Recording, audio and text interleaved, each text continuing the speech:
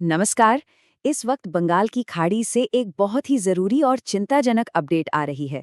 चक्रवात मॉन्था अब एक गंभीर तूफान में बदल चुका है और बहुत तेजी से हमारे तटों की तरफ बढ़ रहा है। अगले कुछ मिनट बहुत ही महत्वपूर्ण हैं, तो प्लीज ध्यान से सुनिएगा। देखिए, ये सिर्फ कोई आम बारिश का अलर्ट नहीं है। जब हम कहते हैं गंभीर चक्रवाती तूफान, तो इसका मतलब है कि हवा की रफ्तार और तबाही मचाने की इसकी ताकत बहुत बहुत ज्यादा है। इसे हल्के में लेने की गलती बिल्कुल नहीं करनी है। तो सबसे बड़ा सवाल जो सबके मन में है, ये तूफान आखिर कहाँ और कब दस्तक देगा? चलिए आईएमडी यानी हमारे भारतीय मौसम विज्ञान विभाग के ताज़ा आंकड़ों पर एक नज़र डालते हैं। तो मौसम विभाग साफ कह रहा है कि आज यानी 28 अक्टूबर की शाम या रात तक मोन्था आंध्र प्रदेश के तट से टकराएगा और जो इलाका इसके सीधे रास्ते में आ रहा है वो है काकीनाडा के आसपास का एरिया, यानी मछलीपट्टनम और कलिंगपट्टनम के बीच का हिस्सा।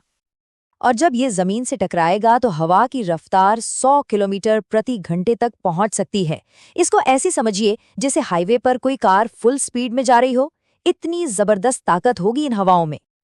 लेकिन जो बात इसे और भी ज्यादा खतरनाक बना रही है वो है हवा के तेज झोंके। ये बीच बीच में अचानक 110 किलोमीटर प्रति घंटे की रफ्तार पकड़ सकते हैं और यही वो अचानक आई ताकत होती है जो सबसे ज्यादा नुकसान पहुंचाती है। बड़े बड़े पेड़ और बिजली के खंभे तक उखाड़ सकती है।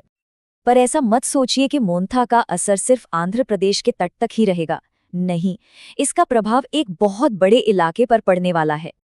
तटीय आंध्र प्रदेश, ओडिशा और तमिलनाडु के लिए तो रेड और ऑरेंज अलर्ट जारी कर दिए गए हैं। इसका सीधा सा मतलब है कि इन इलाकों में बहुत ही ज्यादा भारी बारिश होने की आशंका है।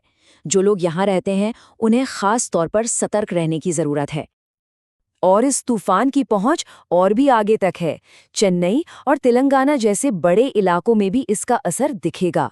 वहां भी अच्छी खासी बारिश होने की पूरी संभावना है, जिससे आम जनजीवन पर असर पड़ सकता है। तो अब सवाल ये उठता है कि इतने बड़े खतरे से निपटने के लिए हमारी सरकार और प्रशासन क्या कदम उठा रहे हैं? चलिए देखते हैं। देखिए, प्रशासन एक 3 स्टेप एक्शन प्लान पर काम कर रहा है। पहला, सबसे खतरनाक तटीय इलाकों से लोगों को निकालकर सुरक्षित जगहों पर पहुंचाया जा रहा है, ताकि किसी की जान को कोई खतरा ना हो। दूसरा, यात्रा पर पाबंदी लगाई जा रही है। कई ट्रेनें रद्द कर दी गई हैं और सलाह यही है कि अगर बहुत ज़रूरी ना हो तो सफ़र करने से बचें। और तीसरा, मछुआरों को सख्त निर्देश दिए गए हैं कि वो समंदर से बिल्कुल दूर रहें, क्योंकि लहरें बहुत खतरनाक होने वाली हैं। तो प्रशासन तो अपना काम कर ही रहा है, लेकिन सबसे जरूरी सवाल ये है कि हम और आप अपनी और अपने परिवार की सुरक्षा के लिए क्या कर सकते हैं। वैसे एक बड़ी दिलचस्प बात है, इस खतरनाक तूफान का नाम है मोन्था, जो कि थाई भाषा का एक शब्द है और इसका मतलब होता है सुगंधित फूल। है ना अजीब बात? ये हमें याद दिलाता है कि प्रकृति जितनी सुंदर हो सकती है उतनी ही अप्रत्याशित और शक्तिशाली भी। इसलिए हमें हमेशा तैयार रहना चाहिए।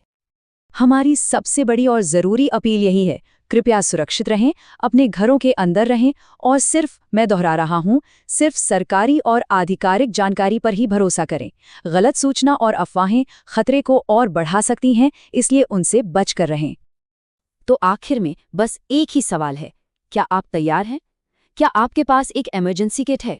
क्या आपने अपने परिवार के साथ मिलकर कोई सेफ्टी प्लान बनाया है? याद रखिए, आपकी तैयारी ही आपकी सबसे बड़ी ताकत है। सुरक्षित रहिए,